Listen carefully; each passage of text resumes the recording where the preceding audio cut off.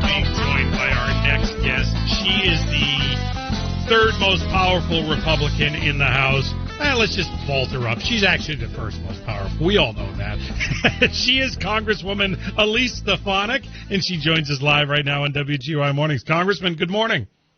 Good morning, Doug. Great to be with you. I almost never would say to you what I'm about to say, Congresswoman, but this is one of those rare times where you're fortunate to be in D.C. and not back here in North Country, because the smoke in the air yesterday up here was just unreal. You know, I've heard that from my constituents. I'll also tell you it's reached all the way to D.C., so it's hazy in D.C. as well, which is really unbelievable, but I know it's not quite as hazy as it is in upstate New York, but we're hearing from our constituents about it. I know you do a lot of work with Canada, and you've done a lot over the last 2 years with the border and COVID and all that stuff. This is one of those times where we can blame Canada for this and say, darn you people! Well, we wish them the very best in being able to address these wildfires, and certainly it shows the proximity we are to Canada, and we know that on a daily basis in our district. But it's certainly, I don't remember anything like this with this level of haze. Yeah, they had over 300 of them burning. Now I think it's still over 100 that they've got going. It's crazy, but yeah, we got more of it coming today. So that's on our end. Now, on your end, this is your first interview since the debt ceiling deal, and we love that you chose WGY to talk about it. What is your thoughts on that deal? Well, first of all, I think it's important that the American people know, and they do, that it's the largest deficit reduction in U.S. history, $2.1 trillion. And let's look at where we started. In January of this new Republican majority, President Joe Biden said he was going to refuse to negotiate, that it would be a clean debt ceiling deal, that he would not have a red line, that he has a red line, he would refuse to sit down with Republicans and not even entertain spending cuts and deficit reduction. We work together as House Republicans. And remember, Doug, we only control a slim majority in half of 1/3 of our three branches of government. So, we only have the House. The Democrats have the Senate. We stuck together as House Republicans. We passed our deficit reduction priority, which was historic. No one thought we could do that. That brought Joe Biden to the table. And negotiations are tough. And I credit Speaker Kevin McCarthy for standing up for deficit reduction. He said, look, there's no new taxes, which I, of course, agree with. That's a pledge I made to my constituents. Joe Biden kept demanding he wants this tax increase, that tax increase. We said no. We're only entertaining savings for the American people. We were able to rescind tens of billions of dollars of unspent COVID funds. That's the largest rescission package ever. And then there were important reforms to the energy infrastructure process called the NEPA process that Republicans have been fighting for. So Democrats, they really got no wins out of this. We feel strongly that the $2.1 trillion of savings, that's going to start to bring us on the trajectory towards addressing our debt crisis. It's just the first step, though, Doug. There is a lot of work we need to do to dig out of this historic debt crisis. Yeah, you've heard the criticism from a lot of hard Republicans, and I'm not one of them, because these deals are never what you want them to be, and I can hear it in your answer that you don't love the deal, but these deals are complicated, they're hard, and what you end up doing is saying, okay, but let's revisit this. Can you give us some sort of assurance, I guess, that next year when we get back at some of these cuts, this is going to look better with time? Because that's the hope, obviously, but is that what you really think? Yeah, and I'll tell you why. It's not even going to be next year, Doug. It's going to be now, because now we work through the appropriations process, and one of the most important aspects of the deal was if the appropriations bills are not passed, all 12 of them, then there are automatic reductions to these federal agencies.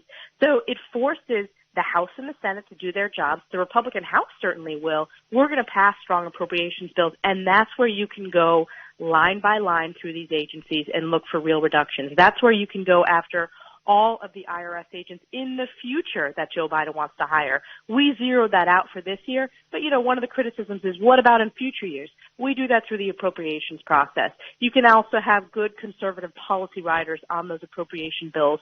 So the debt ceiling was, as I said, the first step. And I'll tell you, again, I've been here now for 3 Republican speakers. I've been here under the era of Speaker Pelosi. Out of all the debt ceiling hikes, this is the best deal for Republicans, that $2.1 trillion of savings. But the real action is going to be during the appropriations process, which Congress needs to reassert our role with the power of the purse and really look at the waste and abuse in these agencies. Yeah, please, they always say get out the scissors when you go line by line. I want you to get out the shears and just start chopping. Cut. Mm-hmm. Hey. Yeah, it's important. I mean, a child born today, so I think of my son Sam, on the day they're born, they have $95,000 of debt. Ugh. And there's no end in sight under, what we've seen from this administration. So we are going to bend that curve, and I believe that's one of the greatest threats we face as a nation, in addition to a rising China, but we have to get our fiscal house in order. So tomorrow, contempt charges could be coming down against Christopher Wray. We keep being told that the Hunter Biden thing is nothing and it's a shiny object that you guys are waving in front of us. But the actions of some in law enforcement and in the Justice Department keep looking awfully suspicious to me. Like, who's right? Well, I mean, it's very clear. I have very strong views that the FBI has abused its position, and it's the people in leadership at the FBI. There are a lot of hardworking FBI agents, and I want to highlight the numerous whistleblowers that have come forward to talk about the politicization of the FBI, to say this is wrong. And what's interesting is the media coverage of this whistleblower.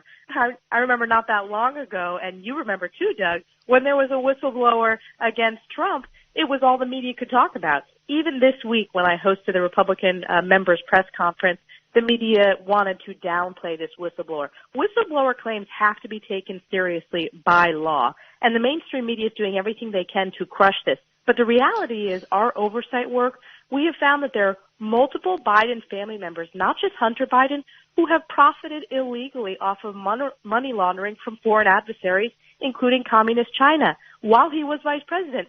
That's serious stuff. That is criminal. So we need to get to the bottom of it. And the fact that the FBI is refusing to turn over documents to the Congress where we have the oversight role, it's a macro issue at, the very national level. But it reminds me very much of the experience we've gone through at a local level where the FBI initially refused to respond to any of the requests regarding the Schoharie limo tragedy. And we had to push and really, basically threaten contempt to get those documents. So he should be held in contempt if they don't turn over the documents.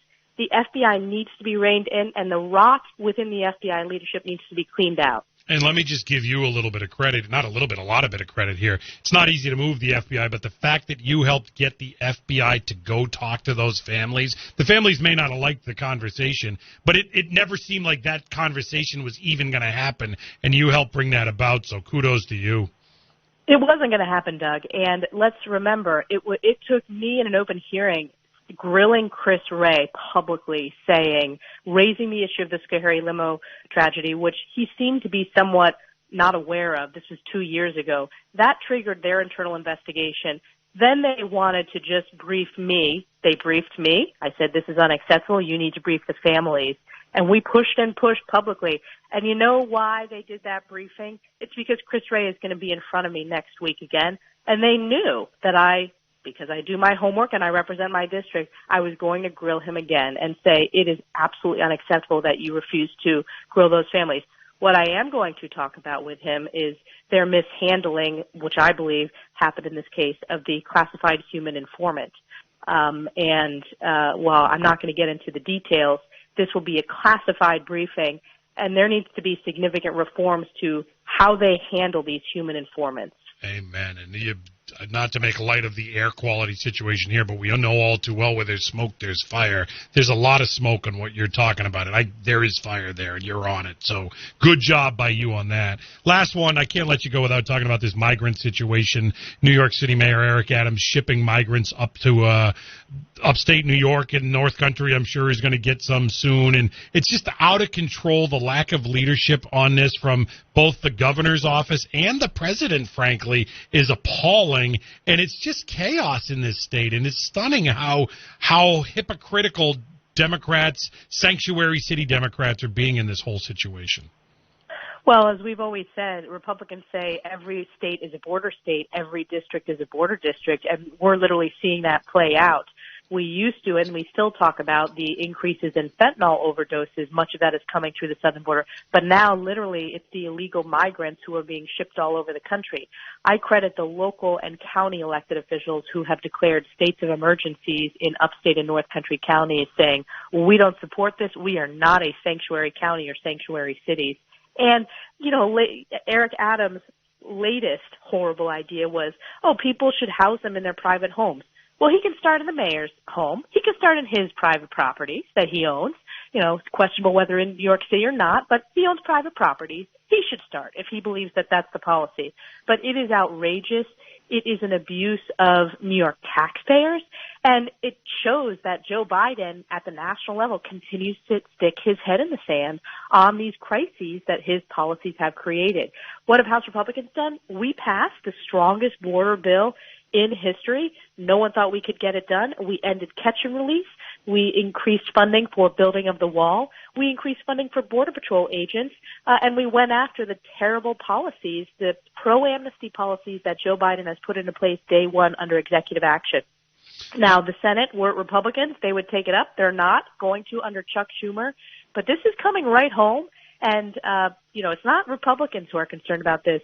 It's, in terms of hardworking people, registered Democrats, registered independents, unaffiliated voters are very concerned about this.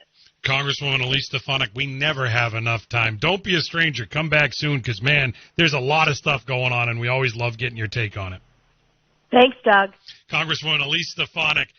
Doing what we need her to do down there. Again, Skahari limo trial is a perfect example in the limo case. She got results, and she's continuing to hold people's feet to the fire. Isn't that what we always want? She did it in that case. Round of applause. Congresswoman Elise Stefanik live right here on WGY Mornings.